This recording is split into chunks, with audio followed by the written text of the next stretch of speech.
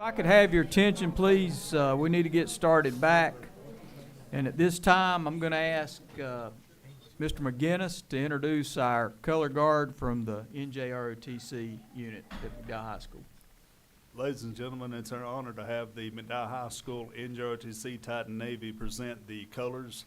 If you all join me for the presentation of the flag, followed by the Pledge of Allegiance. Everybody please stand. Hold on just 1 second. Believe that? Yeah, hold on 1 second. Invocation. Oh, invocation. Hold on just a second. Everybody have a seat.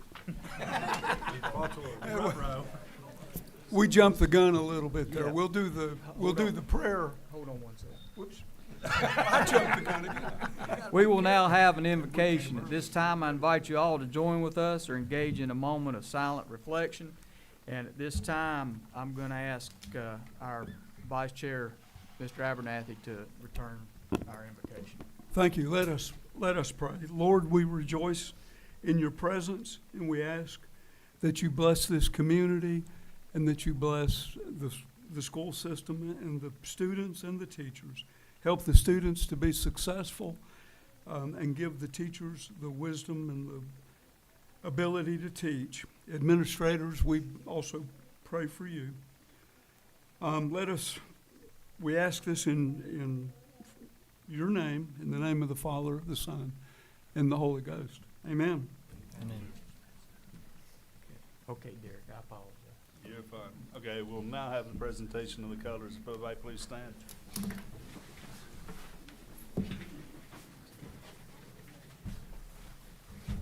Color guard. I and touch. P. Colors. Ready. Cut. Vote. Heard. Heart.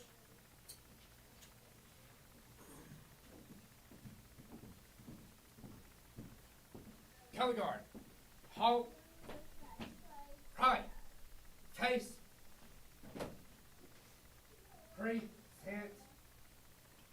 Colors. I pledge allegiance to the flag of the United States of America and to the republic for which it stands, one nation, under God, indivisible, with liberty and justice for all. P. Colors. Post.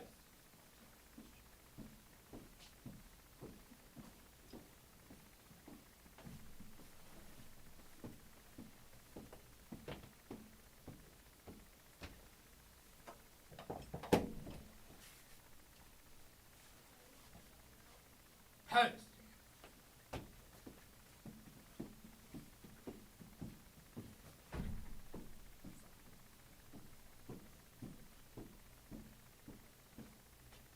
Right. Face. Full. Her. Parch.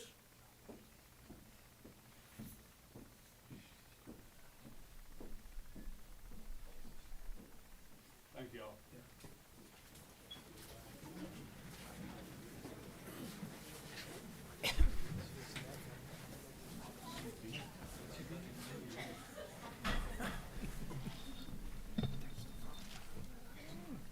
Okay, item number 6 on the agenda is superintendent remarks. At this time, I'll turn it over to Dr. Grit.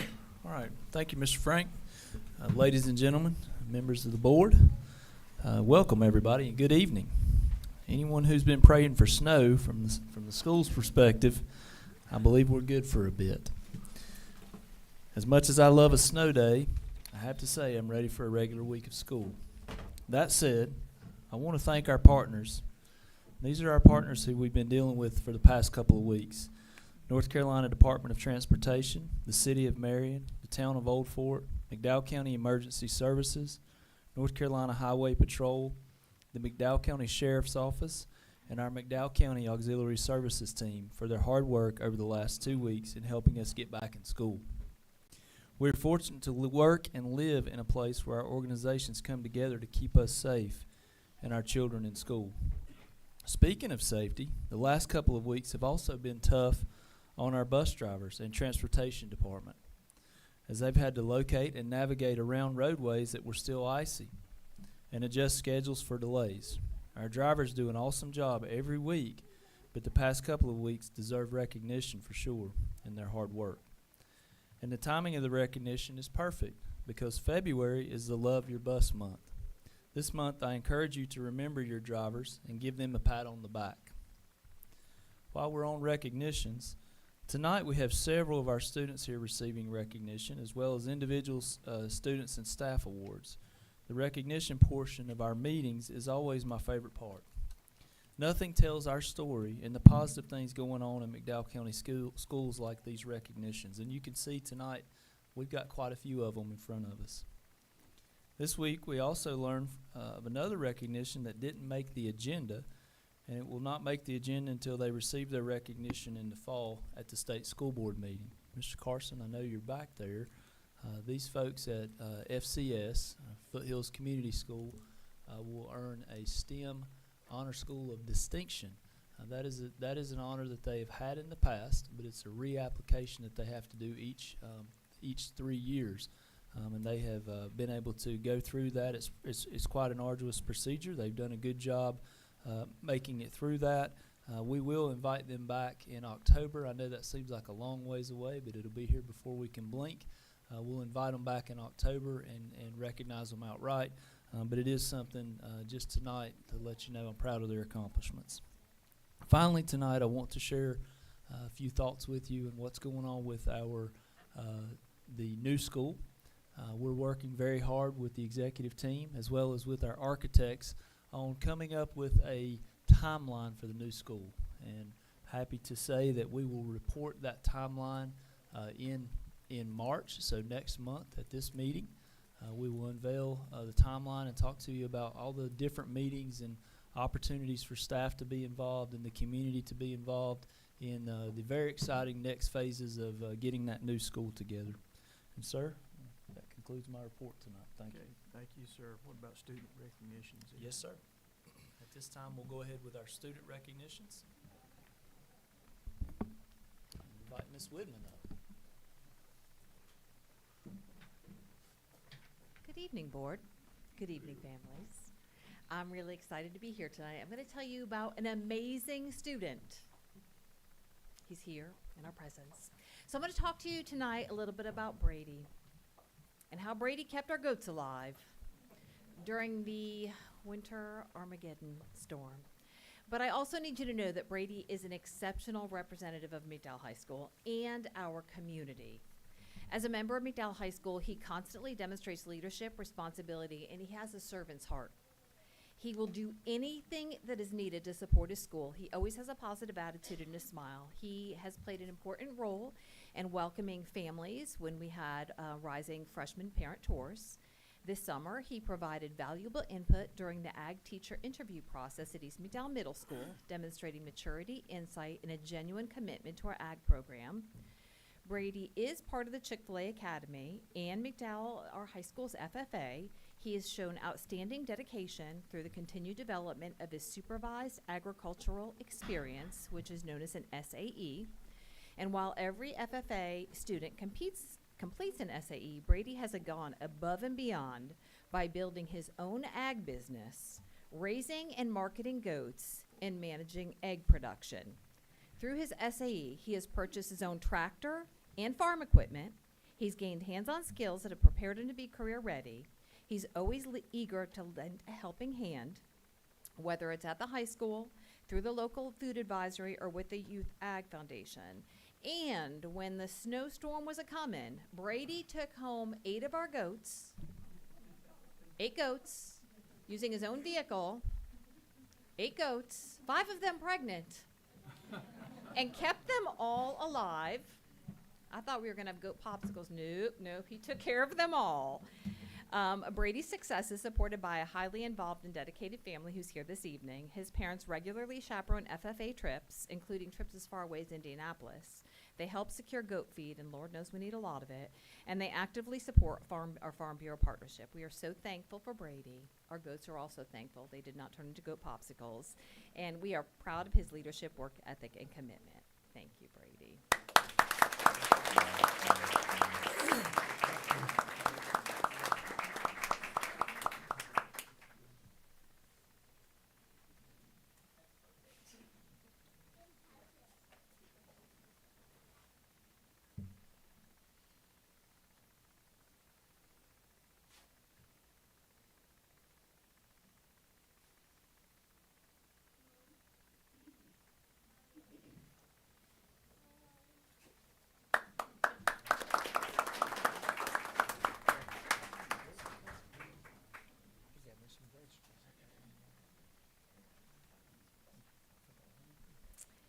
Good evening, Mr. Frank, Mr. Abernathy, Dr. Gritt, members of the board, and distinguished guests.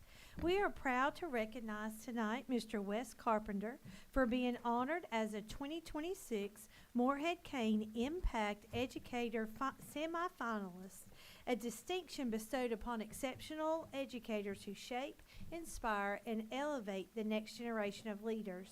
This recognition is especially meaningful because Mr. Carpenter was nominated by a student, Bailey Moss, whose appreciation reflects the powerful and lasting impact that outstanding educators make on the lives of their students.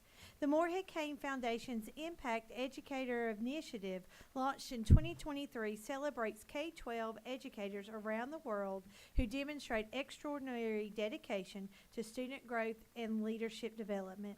This year's class of 503 honored educators represent North Carolina, 38 other states in the District of Columbia, and 14 countries across the globe.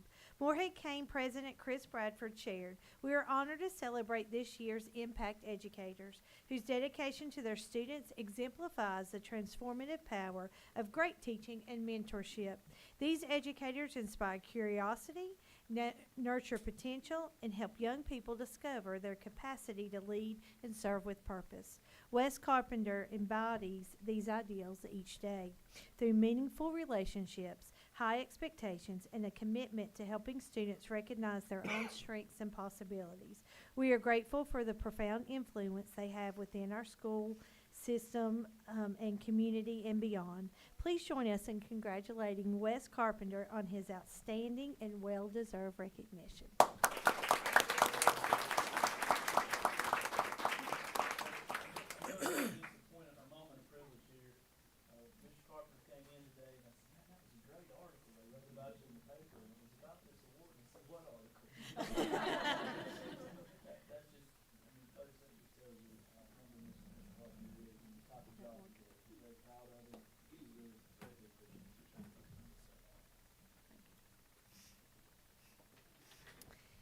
So each month, let me start again. Each month, we take the opportunity to recognize the outstanding individuals who go above and beyond in their roles to make a difference in our school community.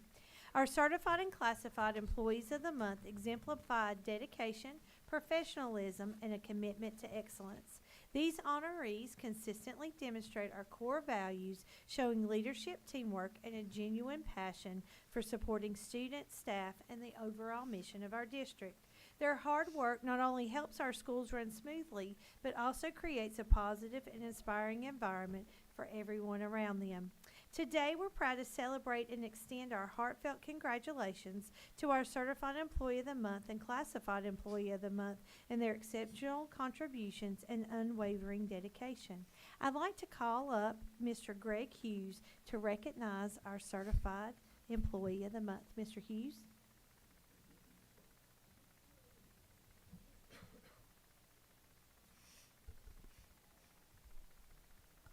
Thank you, Ms. Dowdle. I have the privilege of recognizing Ms. Cheryl Mulvey tonight.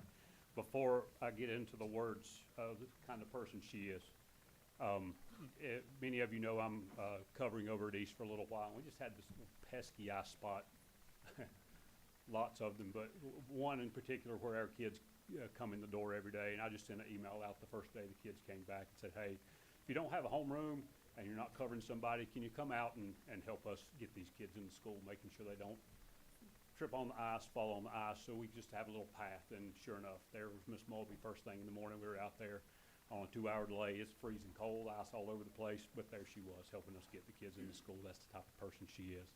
I had some help with this, and so I will, from staff members at East, so I'm going to read what they said about you. She takes every student's success personally, approaching teaching with genuine conviction to meet all their needs. She wills them to be their best by setting a clear expectation and goals, yet drives herself exponentially harder than she pushes them. Failure isn't in her vocabulary, but heart is, and that heart fuels her unwavering commitment to ensure no student is left behind, and that is Ms. Cheryl Mulvey. Congratulations.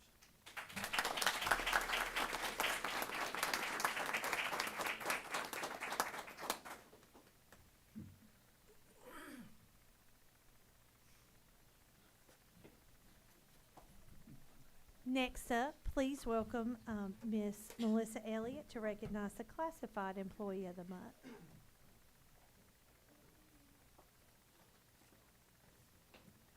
Mr. Ian, if you'll step up front.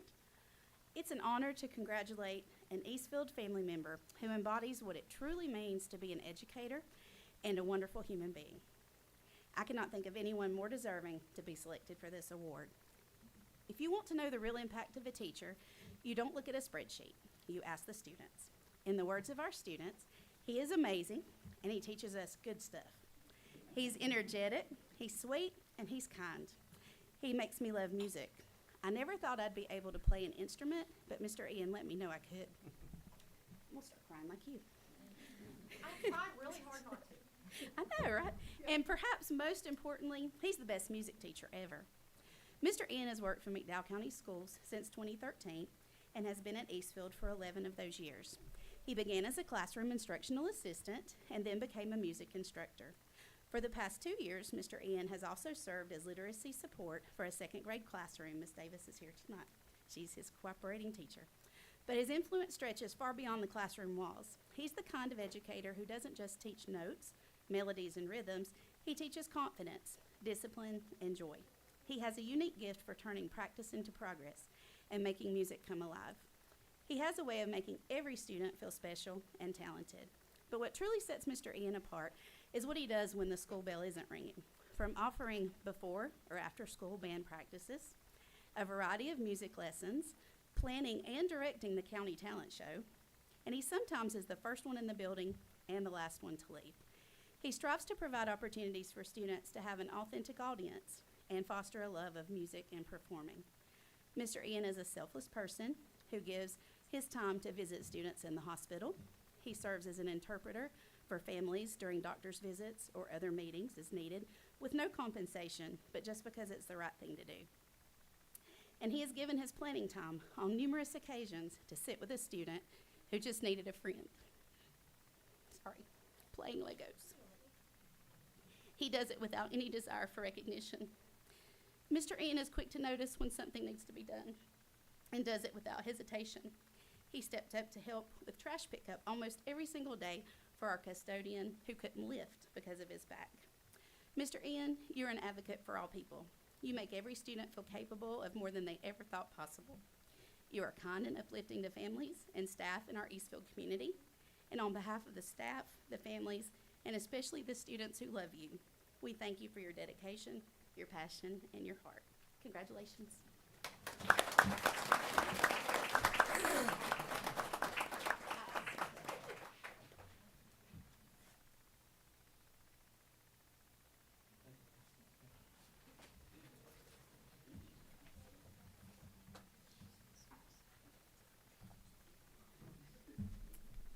Tonight it is an honor to recognize several of our schools that have demonstrated exceptional commitment to student learning and academic excellence.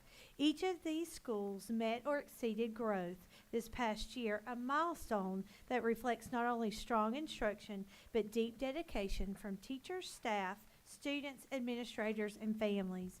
Achieving growth requires consistency and a belief that every student can progress no matter their starting point. These schools embody that spirit. We are proud to celebrate these schools tonight. Their success strengthens our entire district and reflects the very best of North Carolina public education. Please join me in recognizing the following. Eastfield Global Magnet School 24-25 Academic Growth Award.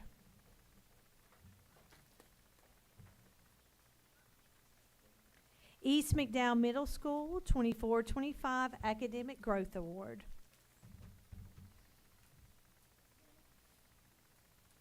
Foothills Community School 24-25 Academic Growth Award. McDowell Academy for Innovation 24-25 Exceeded Growth Award and the 24-25 Certificate of Achievement. And while Ms. Rayfield is up here accepting that on MAI's behalf, she's going to accept McDowell Early College 24-25 Exceeded Growth Award and 24-25 Outstanding Graduation Rate of 98.5%. Next up is Nebo Elementary School, the 24-25 Exceeded Growth Award.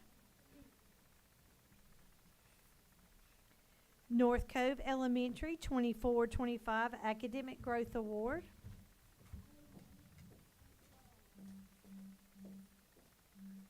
Old Fort Elementary School, the 24-25 Academic Growth Award.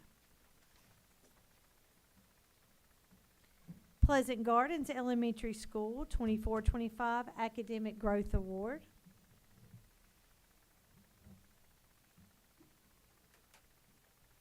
The Summit Academy 24-25 Certificate of Achievement. And West McDowell Middle School 24-25 Academic Growth Award.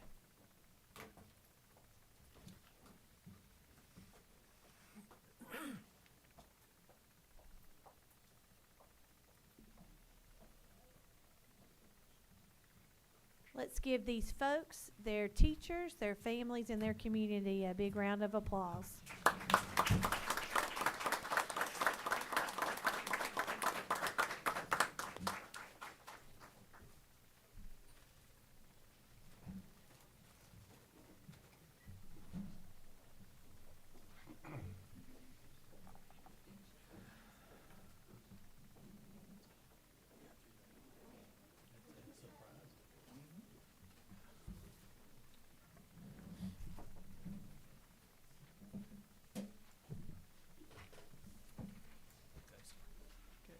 Item number 10 on the agenda is a report from our teacher representative, Ms. Amber Lawing. And we'll turn it over to you, ma'am.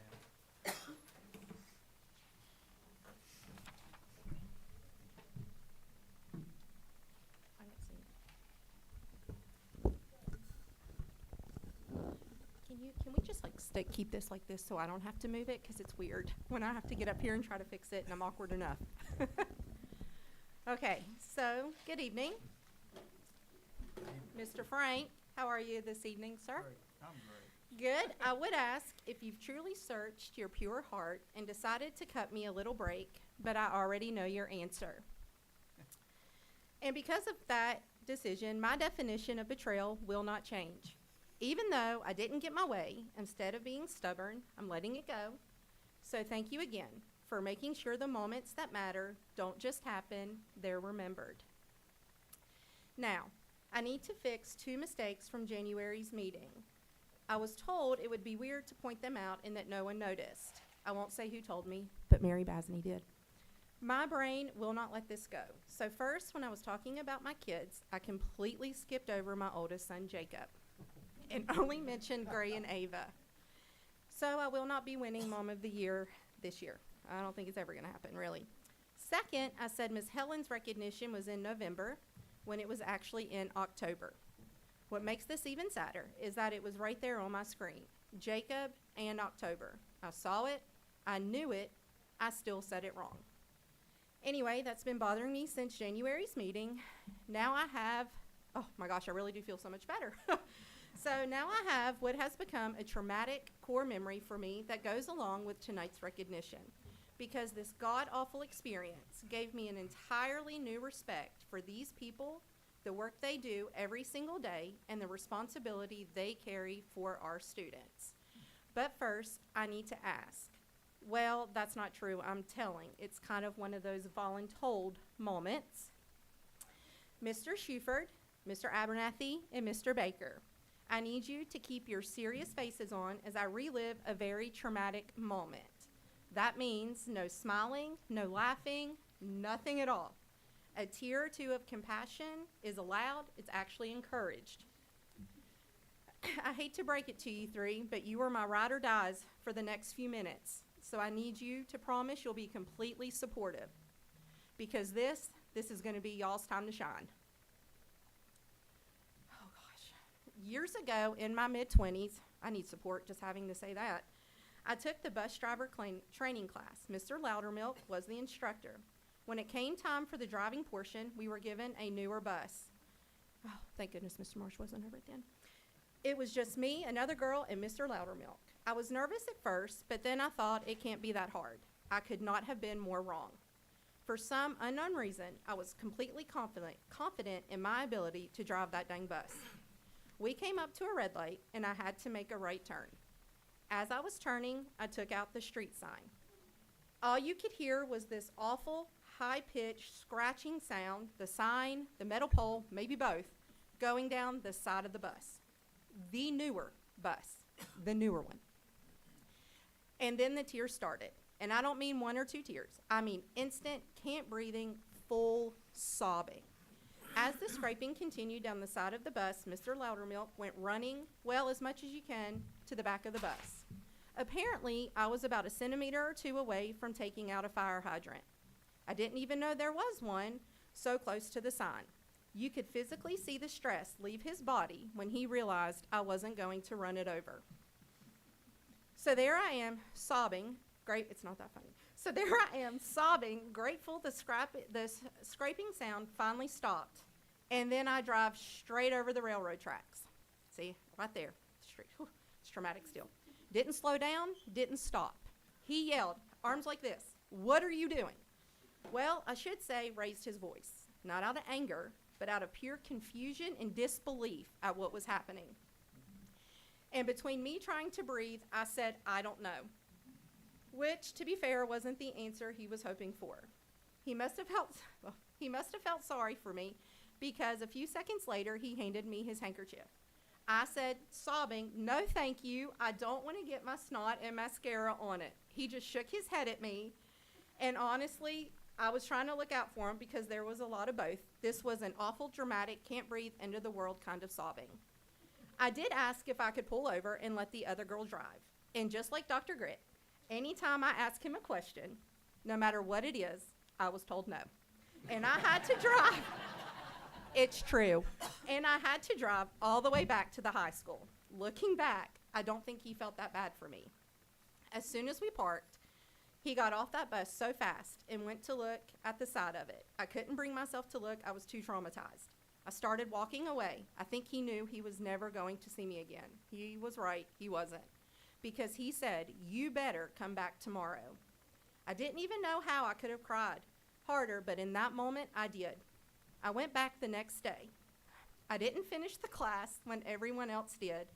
I had an additional day of driving. But I will tell you, on that additional day, we stayed on the main roads.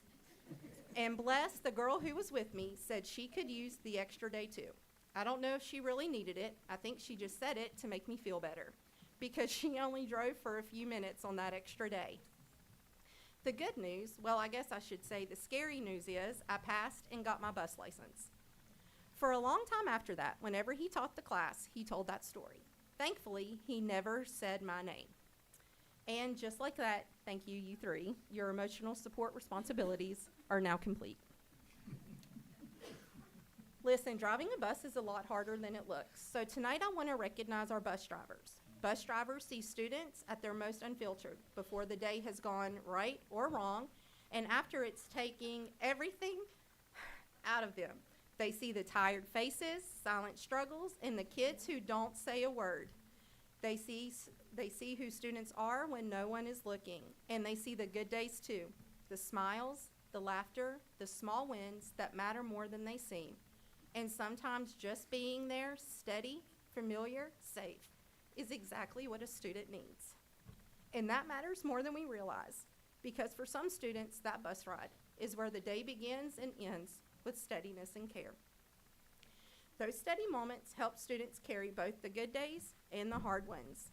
The person we are recognizing consistently meets students with, see, it's going to be like Miss Helen, with patience, warmth, and genuine love and care. She is a daughter. She is a mom. She is a friend. She is a teacher. She is one of the lead teachers of our county. She somehow manages game duty, because of course she does. She makes all of us look bad. And she is a bus driver. In every role, My gosh, in every role she takes on.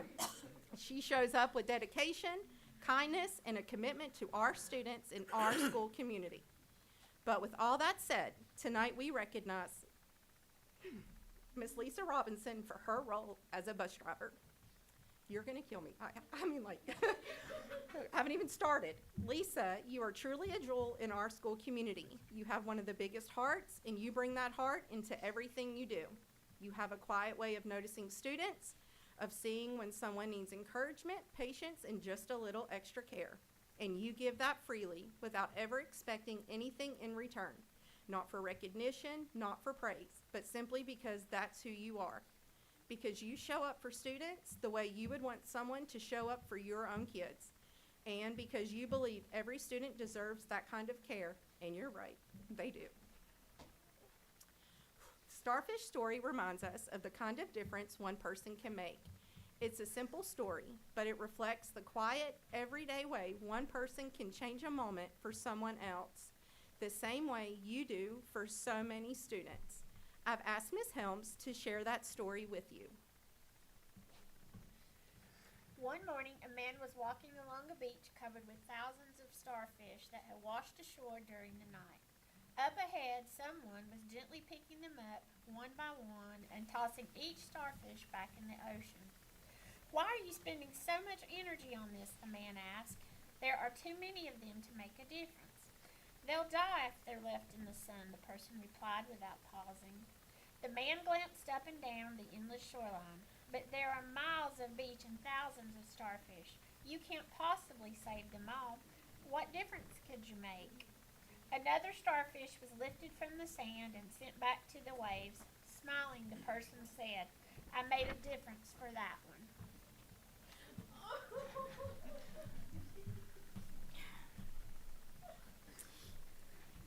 I'd also like to share what a former student had to say about the impact you made during those afternoon bus rides.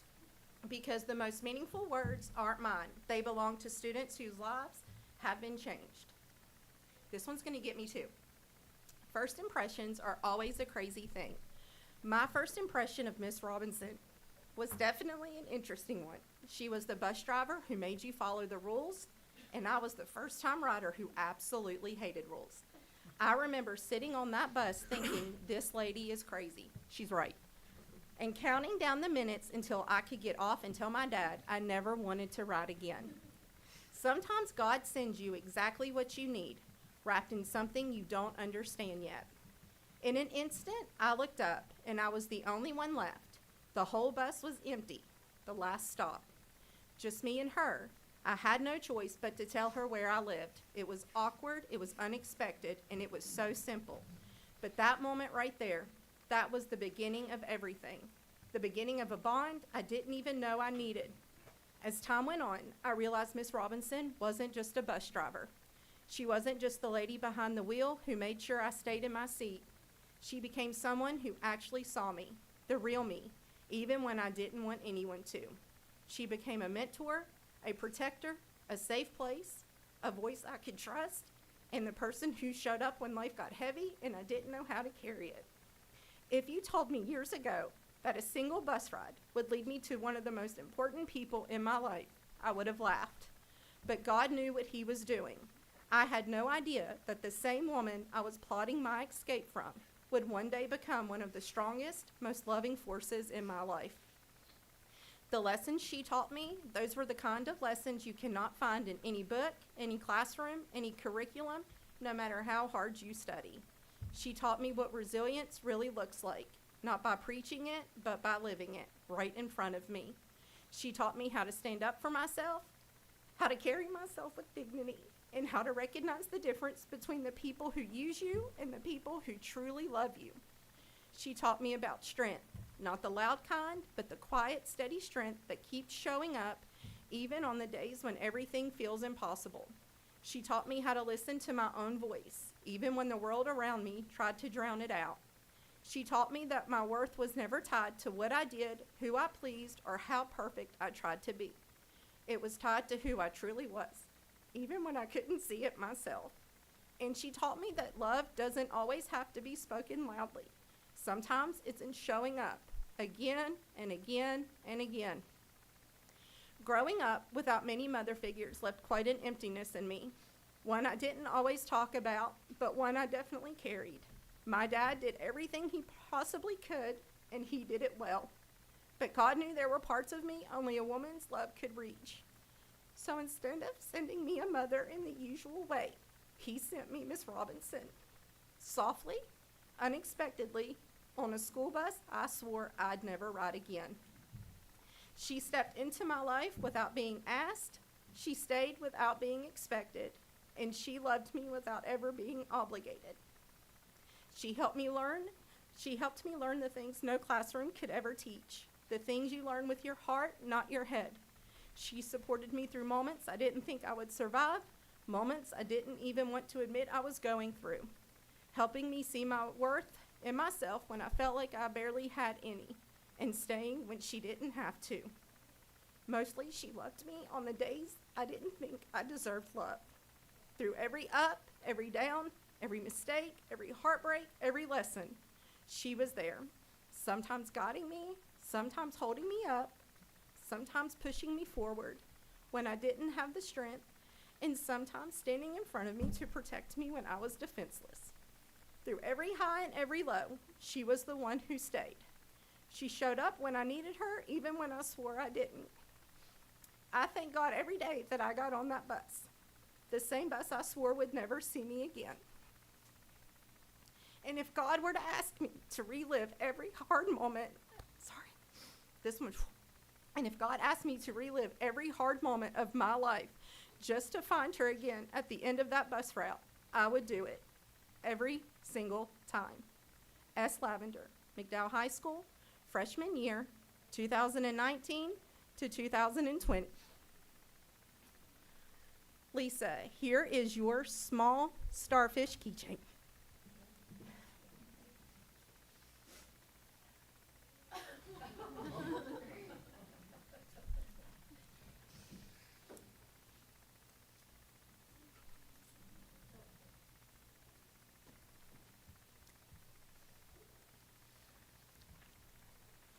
I'm a crier. She proves me to be.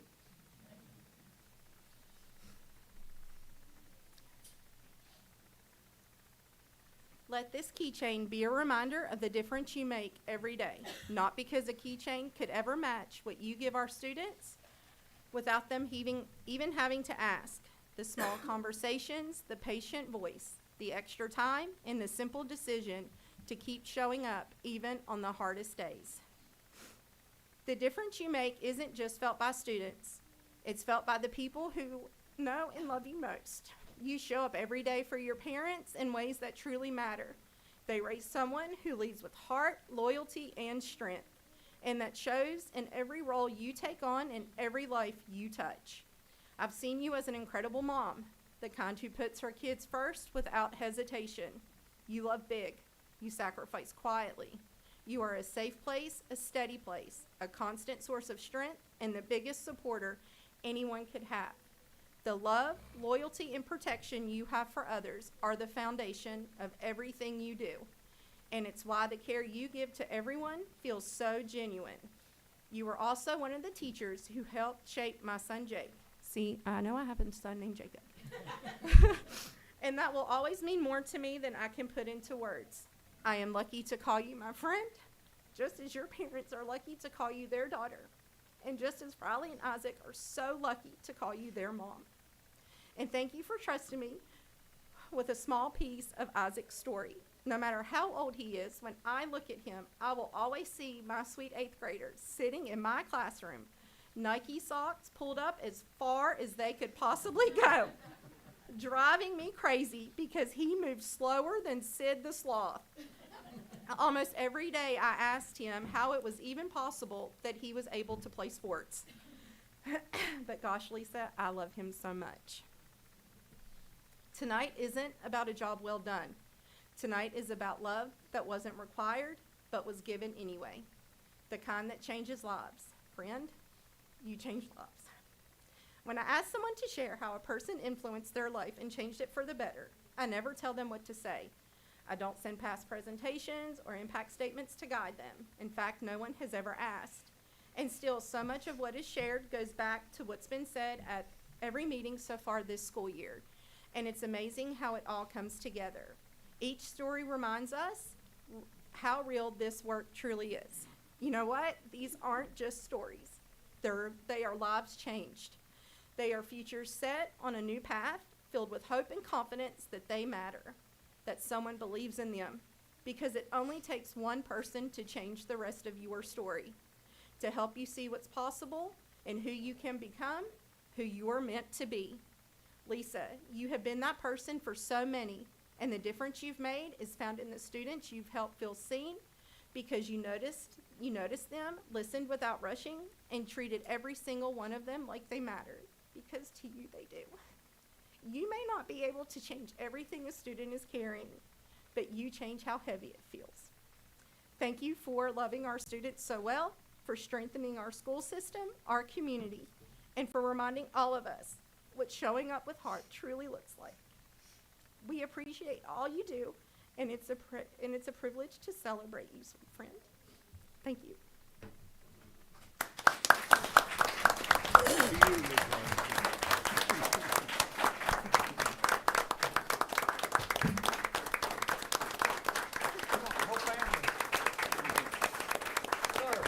Thank you so much. Hey, everybody just showed up for it. Yeah. Whole family, come on up. Whole family, come on.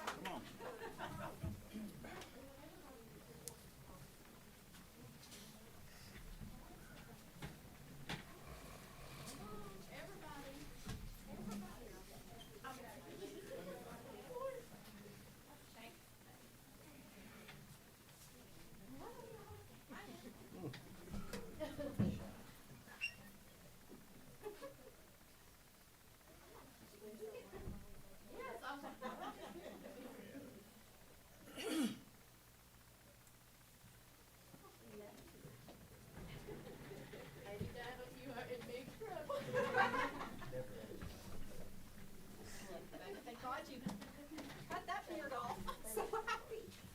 That has made my night.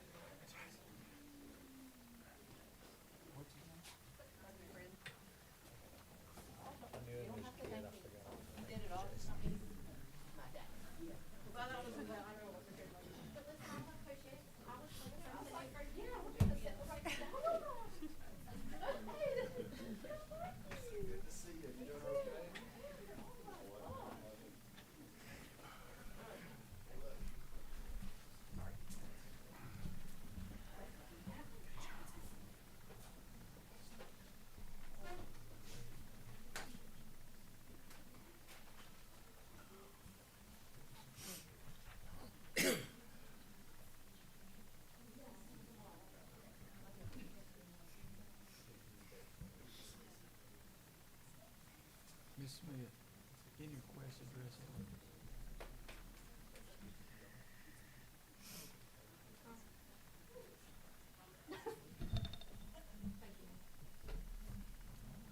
Ready? Unfinished business, item number 12 on the agenda, and first one will be facilities update with Mr. Chad Marsh.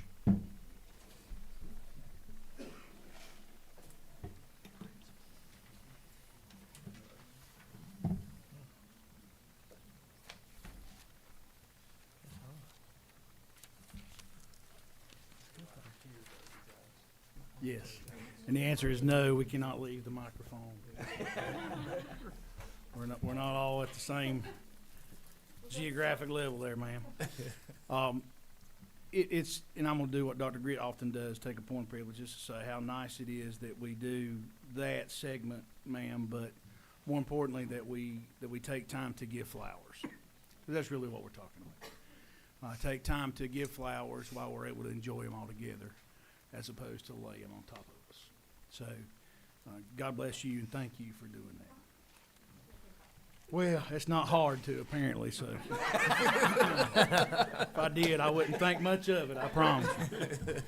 But no, you had this old commander crying too, so trust me, it was well earned. Mr. Chairman, it's always a pleasure to come before the board, members of the board. Thank you for the opportunity, Dr. Grit. We have much to celebrate, and I'm not going to take a long time because I know Suzanne's already want me to sit down. But Garrett, can you show this slide? I want to talk about this really briefly.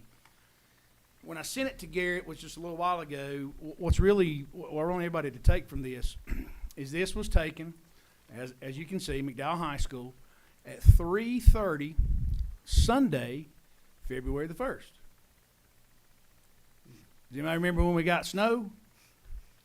All day Saturday, the last day of the month of January. So I'm showing you this because of the Herculean effort that was put forth by the Auxiliaries Directorate, North Carolina Department of Transportation. And not just them, but if you'd have gone back a couple days before, how many people, Miss Whitman, were back there? Nearly 24 or so people standing back there in that parking lot to help redirect traffic so that student drivers wouldn't get in any slick areas. So the amount of coordination, collaboration, and as I stated last month when I came up here about people being willing to do whatever they're asked, that's what happened over this two-storm period. People, I had one day I drove up there to go check in on my folks, and there was my electrician and my plumber driving a truck with a scraper on the front. Electrician and plumber driving a truck. So that's what's happening. So I just wanted to start with that, Dr. Grit, and say how proud I am of our district and the effort that went on. And again, having talked with Mr. Chad Young at NCDOT, they don't get a lot of flowers. And so they were incredibly appreciative of Dr. Grit mentioning multiple times how much work they had done. But it was a total collaboration. So I really appreciate all the effort. In our transportation department, as was mentioned, this is Love the Bus. And there are so many a month, and there are so many people who go out every single day and do that. But while most of us, get a couple hours to kind of get our feet up under us, those buses are getting warm at 5 o'clock every morning. Every single morning, those buses are getting warm to go get babies. And so, regardless of the hour of delay, the point is that those buses are out way ahead of everybody else. And so I just appreciate them. We really can't say enough about them and their efforts. I am happy to report that through a wonderful effort, Mr. Will Thomas and his staff have finished the inspections that were required on the new activity bus that the board purchased, and it is now in our fleet, Mr. Chairman. I know it's important to us all. They continue to do the work on the 4 yellow buses, but as I'll remind you, we were set back a little bit, so we're going to ask for a little grace there as they continue to get ready to get those back in. Mr. Garrett Berryhill, who stands quietly here every week or every month, has been working diligently with the Department of Justice to be able to get the disbursement of the $475,000 grant that we have been waiting on. And just today, we was able to get a quote for something that's long overdue, and that is to provide Mrs. Widman a security system at McDowell High School. It doesn't have one. It's never had one. So we're thrilled about the opportunity to be able to continue to search for those quotes to get competitive bids, but we're going to get you a security system at Mrs. Whitman, so I'm happy about Mr. Berryhill's work on that. And Mr. Haynes and his staff, unsung heroes, every day out there making thousands of meals. I want to remind you about their National Breakfast Week in the month of March coming up, the 2nd through the 6th. Certainly like to invite anybody out who would love to come out and sit with a baby and have breakfast, that they would certainly enjoy that, I'm sure. Athletics side, our winter sports for our middle schools and high schools are coming to an end. And our regular season basketball games at McDowell High School will end this week on Friday against Freedom. So they have a large week. They played, as many of you may know, Friday and Saturday this past week, traveled.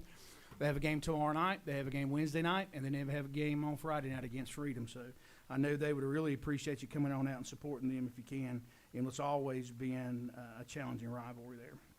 Tryouts for our other spring sports have begun. And North Carolina High School Athletic Association has announced that the 16th of February is our first day for spring practices. And I know there's many folks who are looking forward to getting out on those diamonds and on the track and getting ready.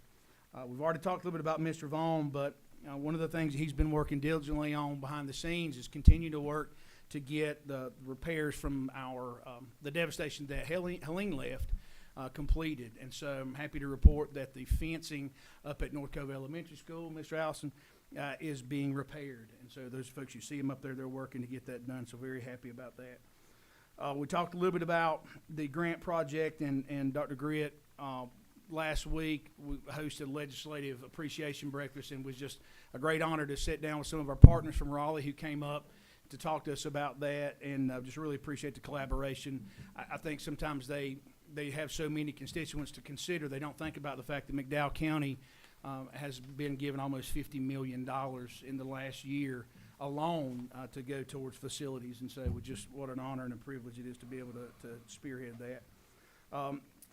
The capital projects, your HVAC project 1-25, there's a great picture, thank you, Garrett, that was approved by the board middle of last year, has all been allocated now, and the last remaining piece of that project is the work at Mrs. Bagwell's school. They're finishing up buttoning up the connections for the rooftop unit there, and that will be the last piece of that project. However, 2-25, the HVAC project that you approved after that, we're still working on. There's many pieces of that are ongoing. Certainly none of them at least mentioned, but certainly from Pleasant Gardens, there's a boiler there that we've got to get online, and we're working diligently to get there. There is a board that we have requested and been able to put on order that we hope to be able to get that board back online as well.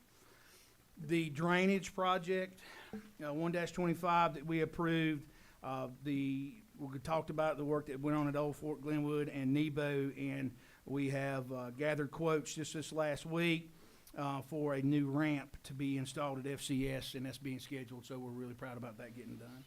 Our West Middle project, we met with the architect I think it was last week, and the contractors, DDI of Hickory, and had our pre-construction meeting. Everything has been set into motion. I've authorized mobilization at both the waste site, which is the board's property on Ridge Road, and at West Middle, and then begin work on those projects on the 16th of March is when those projects will kick off. And so tonight, I come before the board requesting some action on 2 new capital projects. One of the things that we have identified throughout the district is a heavy load that has to be carried by a number of people throughout the year, but in particular in the summer, a program where we have gone in and we have worked on waxing and cleaning our floors.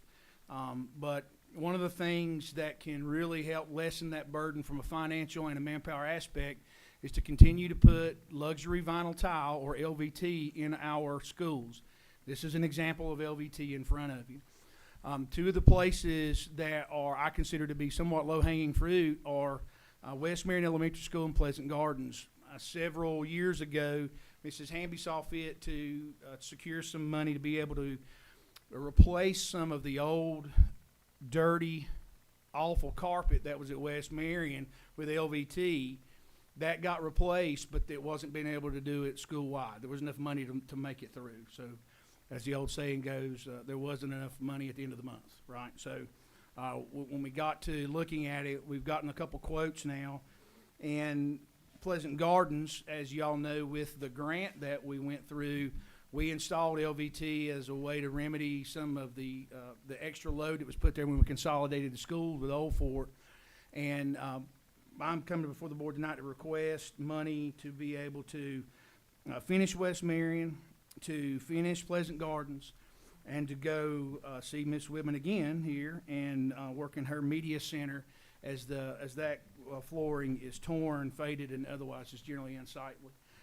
And I'm requesting an amount of $250,000. The second capital request that I have tonight is something that I've been speaking about for over a year now, and it is related to our heating and cooling systems.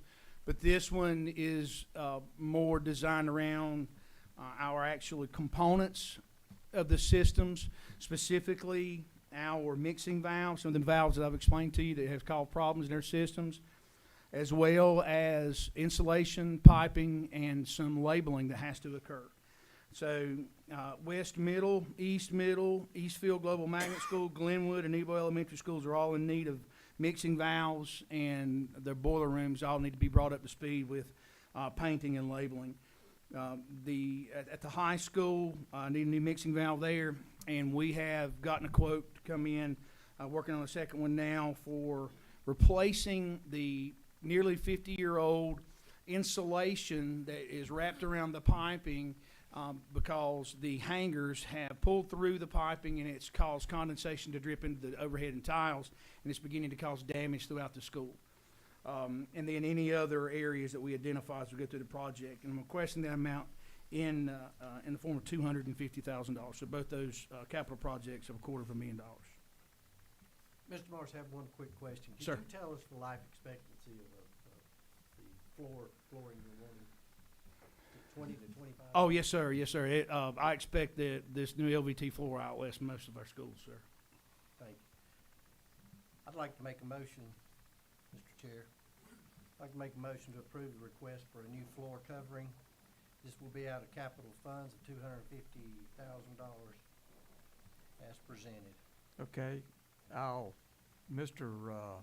Barksdale has made a motion to approve the capital project request, and this is the floor covering request, that portion of it. And so I'll entertain a second. Second.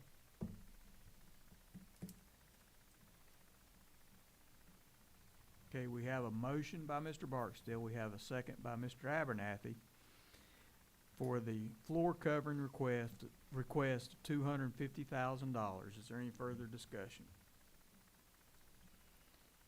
No further discussion. All those in favor signify by raising your right hand, which is an 8 vote. Okay, we also have a request for another $250,000 for the heating, cooling system, valves, and piping request. I'd like to make a motion for that.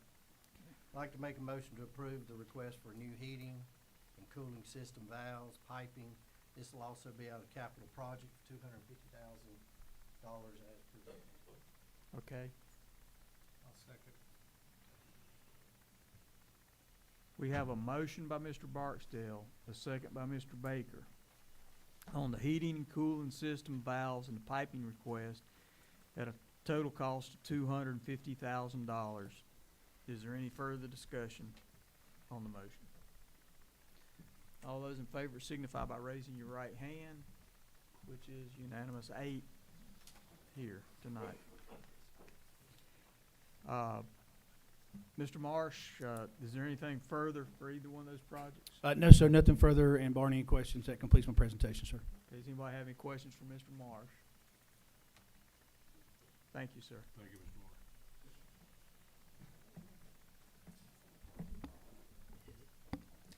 All right, up next, we've got Ms. Rampy. Will be giving us an update on our audit report.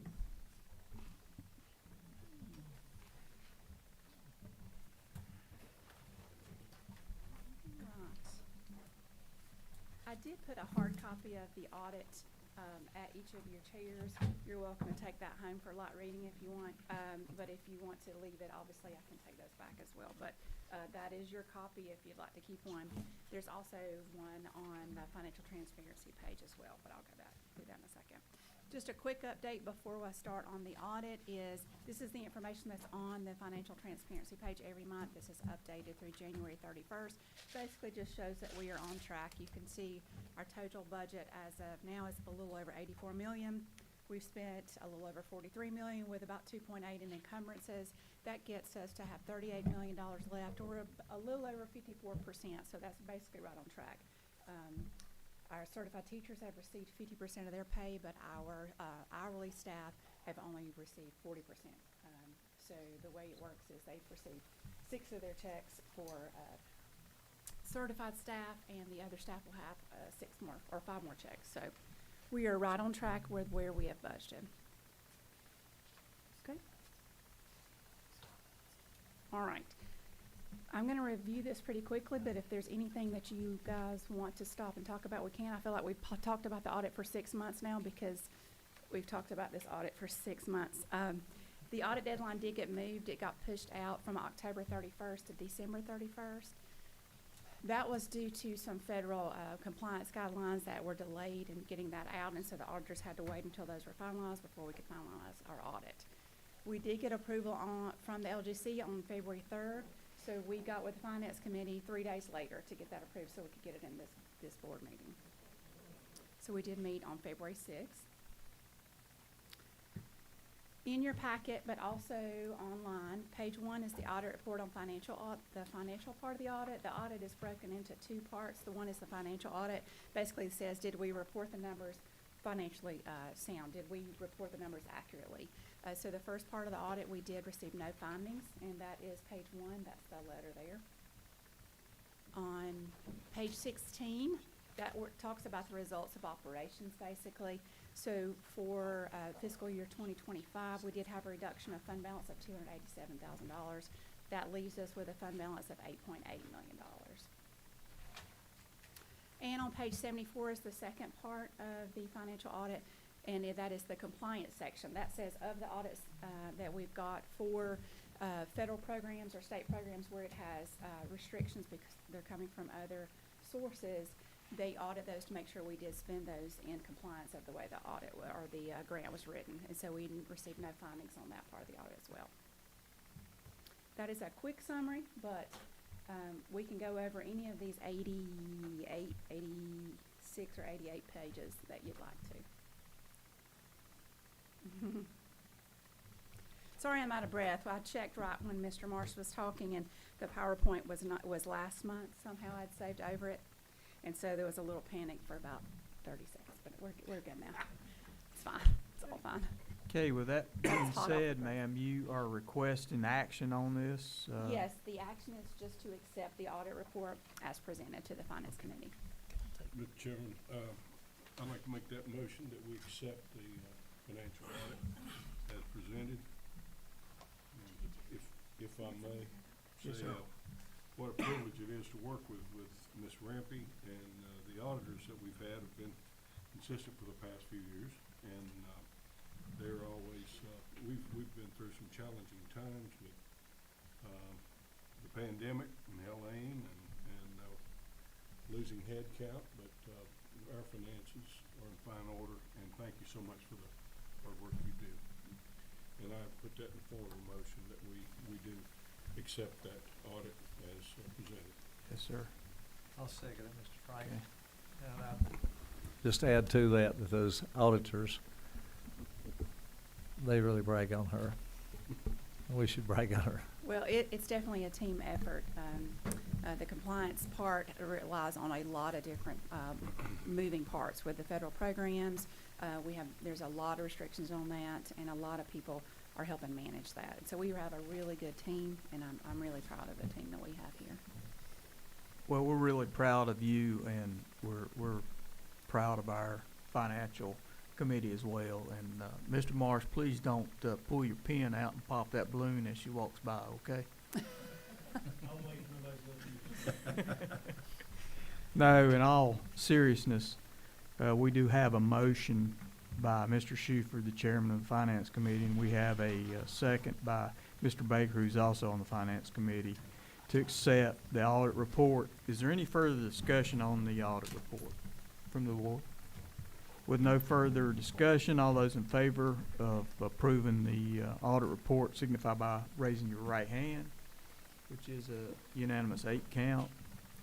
And Ms. Rampy, there again, thank you so much. And Mr. Chairman of the Finance Committee, I appreciate you for the job that you're doing on that committee as well. Great Thank you. committee. Thank you. I Yeah, appreciate they are a great committee. Thank you. Mr. Rampy, I'm not going to quite let you sit down just yet. I'll take just a moment of privilege here, if I may. Folks, what she's doing there is critically important for our district. And it's one thing to do it for a year, but I mentioned this in Cabinet this morning, and I'm going to put you on the spot and ask you, how many years have you had an audit with no findings? This will be our 20th year. It's 20th year, folks. That's just unheard of. So let's give Ms. Rampy a round of applause.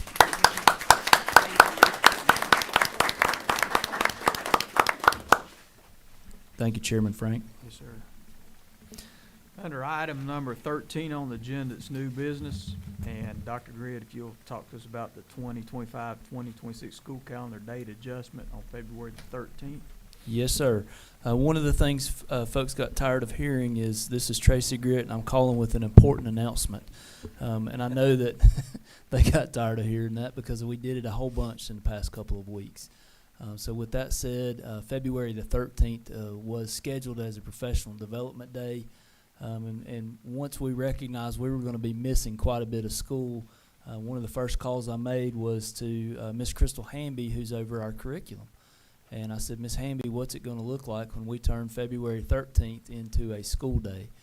Because I think our parents need that. I think our kids need that. We really need to have our kids in school. And Mr. Hughes reminded me, too, that typically we don't necessarily love Valentine's Day at the school because that's a day, and I'm seeing my principals sit back there all with grins on their face. That is a day when they come in with all kinds of chocolates and balloons and everything else. Well, folks, that's exactly what I'm proposing tonight that we do. We go ahead and make not Valentine's Day. We're not talking about Saturday, but we are talking about February the 13th, which was a professional development day. My request is that we make that a regular school day for our students. And at this time, Mr. Frank, that would be my recommendation to make that adjustment to the calendar. And I feel very good that we've been able to notify parents, even though, sir, we couldn't do that without official board action. I did try to, in each one of my call-outs, let parents know that February 14th, that my intention was to be talking with the board about that, and with the strong likelihood that that would be the recommendation in the direction we would go. I'd like to make a motion that we adjust the calendar to make February 13th a full day for students. Second.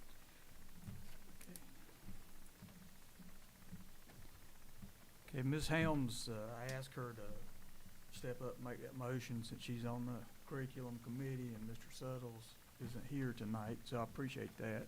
But we do have a motion by Mrs. Helms to adjust the calendar. As such, we have a second by Mr. Shuford. Is there any further discussion on the February 13th adjustment of the calendar? Okay, with no further discussion, all those in favor signify by raising your right hand, which is an 8-vote unanimous in the House tonight. Okay, I know Mr. Suttles isn't here, and with our new instructions and policies, Ms. Helms, can you give us anything on the curriculum that's relevant? Is there anything that you're aware of? Mr. Frank, I'm here if you need me. Okay, yeah, okay, go ahead then. No, just a reminder to the curriculum committee that at some point we'll have to have a meeting, and I will let you guys know as soon as I talk to Ms. Hamby and Ms. Baker about that. All right. Thank you, sir. I didn't Yes, know sir. you were still there. Thank you very much. Okay, Mr. Hughes, we also have you for the first read of the calendar.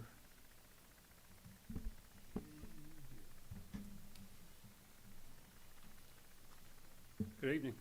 Long time no see. This is the first read of the 26-27 calendar. No action will be asked for tonight. We'll just go through these real quick. We'll start with the Eastville calendar, just to make sure that you can see all three of those. I think they're in your packet as well, but they're going to be put up on the screens. I'll go back to a couple of the rules for the calendar once we get through the Eastfield and the MAI and MEC calendar. Don't forget our Eastfield calendar is the 9 weeks off, or 9 weeks off. That's a nice calendar. 9 weeks off, 3 weeks off. 9 weeks on, 3 weeks off. And so you can see that with how it's built. Their first teacher day is July the 6th. First student day is July the 9th. You can see those days in August, the 18th and the 19th. That's when the traditional calendar starts back, and those are the district PD days. And so that's why those are hanging around in August, and you can see that their first break starts on September the 14th. They have the 3 weeks.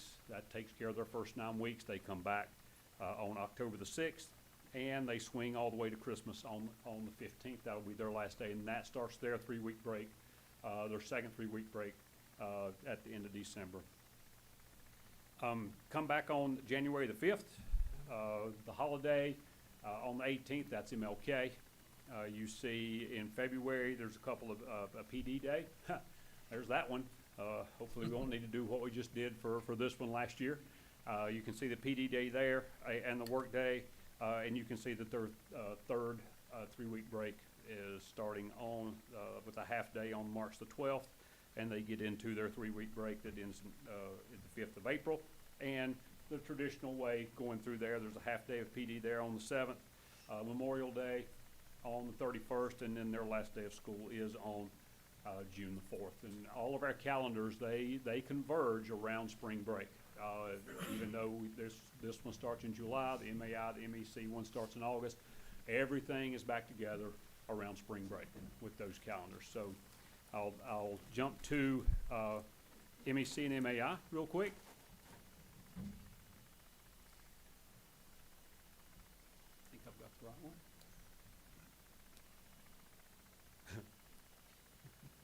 And you can see where they start with their first teacher work day on August the 3rd. Back in the day, like 1995, when I first started, this was the school calendar that everybody went by.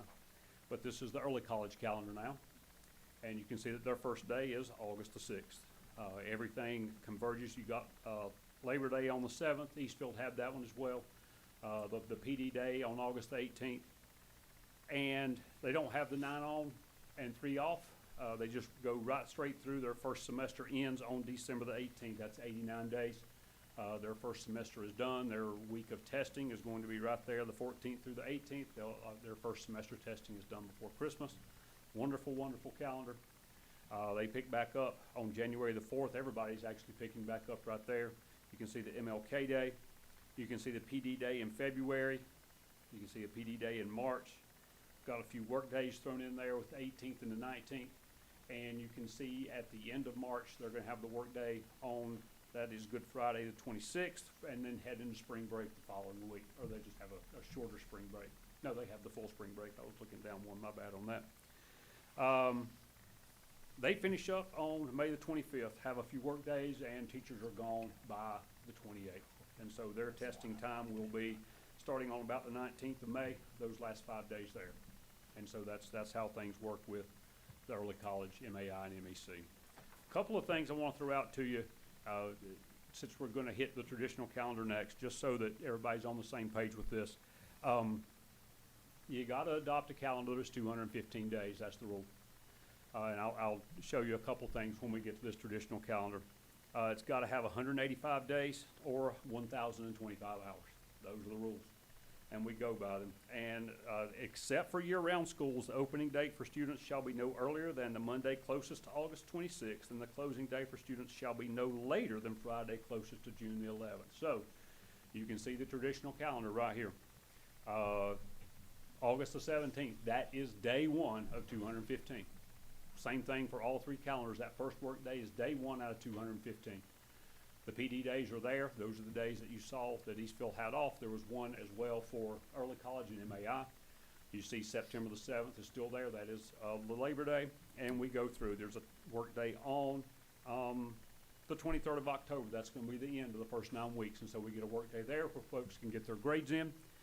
And we continue on through November 11th. That is Veterans Day. That's the only day that we're mandated to be out of school. It's a great trivia question for kids. When are you out of school? Christmas? No. Easter? No. That's Veterans Day. That's the one day that's mandated that we're out of school. You can see the Thanksgiving holidays, same 3 days for all 3 calendars. And you can see where we end with the 18th at 79 days. So the unfortunate part about this calendar is that we have to come back for about 9 days, or actually 4 days, and we pick up the testing window on the 11th of January. So that's when fall testing will be for the traditional calendar at McDowell High and Summit Academy, the 11th through the 15th. You can see the MLK Day and the work day. It's a big undertaking to flip around McDowell High from semester 1 to semester 2. Back in the day, there used to be 2 work days there. And so it would be MLK, work day 1, work day 2 to get all that stuff done. It's a lot. It's a big, big, big undertaking. And the people that have been there for some time know what kind of an undertaking that is. February we go through, there's that 12th. There's the PD day. That's going to be on all 3 calendars. You can see the half PD day in March. And again, we hit Easter break, spring break, starting on the 26th of March and going through the 2nd of April. And that's zipping through until we get to May. We have a half a PD day there in May, and then we hit the last 10 days. We'll pick up the testing, which is going to be awkward, on the 21st of May. That's day 1 of the 10-day window. Yeah, it is. day one of the 10-day window on the 21st of May. And then the 5-day window for McDowell Hines Summit started on the 28th of May. And so a lot of the questions we had with the calendar committee were, well, can we have another work day thrown in there? Let's take the 11th of June, that work day, and put it somewhere in there. It sounds great, but it won't work, because if you take the 11th away, that means you only got 214 days in your calendar, and you gotta have 215. Say, well, let's take away the 7th and put that there. That would be tough, getting kids to come back for high school testing on Monday, June 7th. And so that was a conversation during the calendar committee, and then we started talking about that, and it was like, no, we don't like that either. So that's why everything's falling where it is. Just wanted to make sure you had the ins and outs of the 215 days and how that worked. And we'll come back in March and get you to have action on this. I have to apologize. I'm a month behind with this. We're working on it with Ms. Smith, and then December happened, and I think y'all know what happened with me in December, and so I apologize for doing this in February. I usually do it in January. Won't make that mistake again, so we'll get that to you as quickly as we can next year when we start talking about this. So that's all I have for that, unless you have any questions for me. Well, sir, I do have something for you. I appreciate the extra work that you are doing at East Middle School, and it doesn't go unnoticed. We appreciate that. That's your plate's full. You even got sideboards on it, but we appreciate it. It's all fun and enjoying it. Well, I tell you, not a better person could be doing the job. I say Thank that.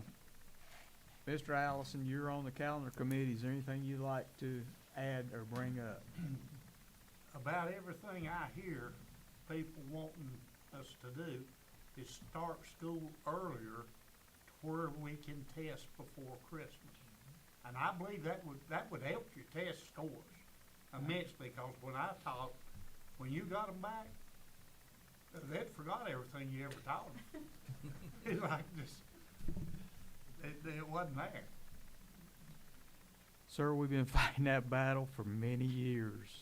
Maybe it'll change soon. Maybe it'll change. I hope so. Anything else? And I know you need to leave, so I'm telling you, you can go ahead and go. Thank you. Thank you, sir. Thank y'all. sir.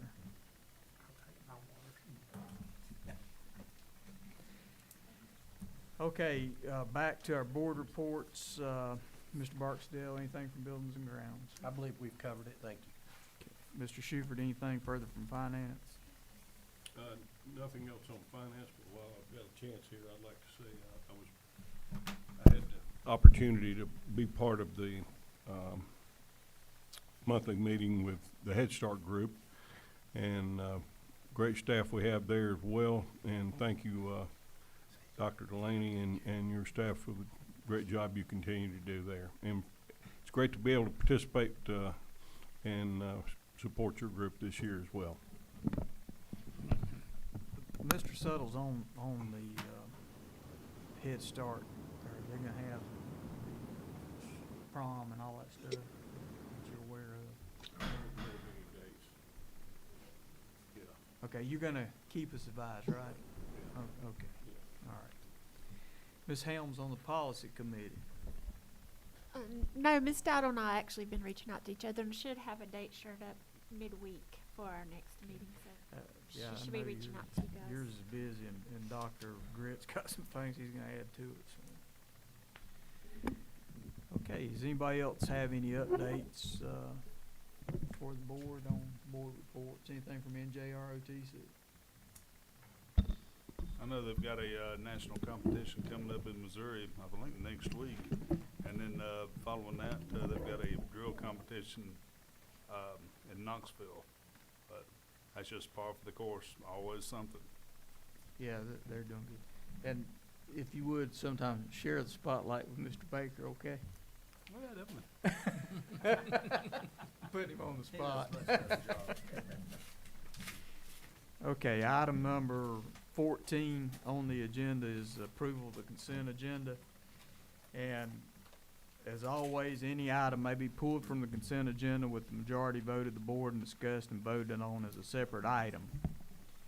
And if we don't have anything that needs to be pulled and discussed, then I'll entertain a motion to approve the consent agenda as it's printed in the agenda. I'll make a motion. Yes.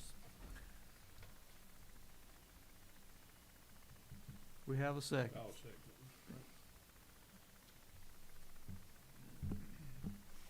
Okay, we have a motion by Mr. Barksdale and a second by Mr. Shuford to approve the consent agenda. Is there any further discussion? With no further discussion, all those in favor of the approval of the consent agenda, raise your right hand. Okay, that's an 8 unanimous. Oh, yeah, yeah. Yes, sir. Yeah, he's gone. Okay, we don't need to go back in closed session. However, I'll entertain a motion to take action on the personnel considerations, and that's both certified and non-certified. I'll make a motion.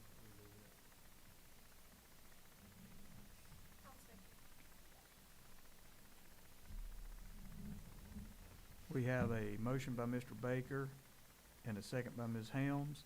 Is there any further discussion on the personnel considerations?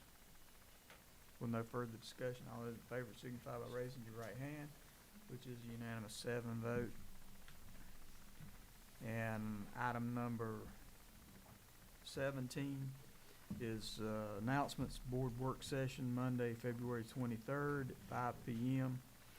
Board of Education regular session meeting Monday, March the 9th at 5 p.m. And if there's nothing else for the betterment of the school system, I'll entertain a motion. Okay, go ahead. Mr. Frank, just if I can, I want to remind board members, if you're able to join us for breakfast on February the 12th, we'll be doing our auxiliary services team and Love the Bus. That'll be here at the central office for breakfast. It starts at Miss Smith is at 8 o'clock, 8 a.m. You're welcome to join us on the 12th. Yes, sir. Thank you, Mr. Frank. Okay, I'll entertain a motion to adjourn. So moved.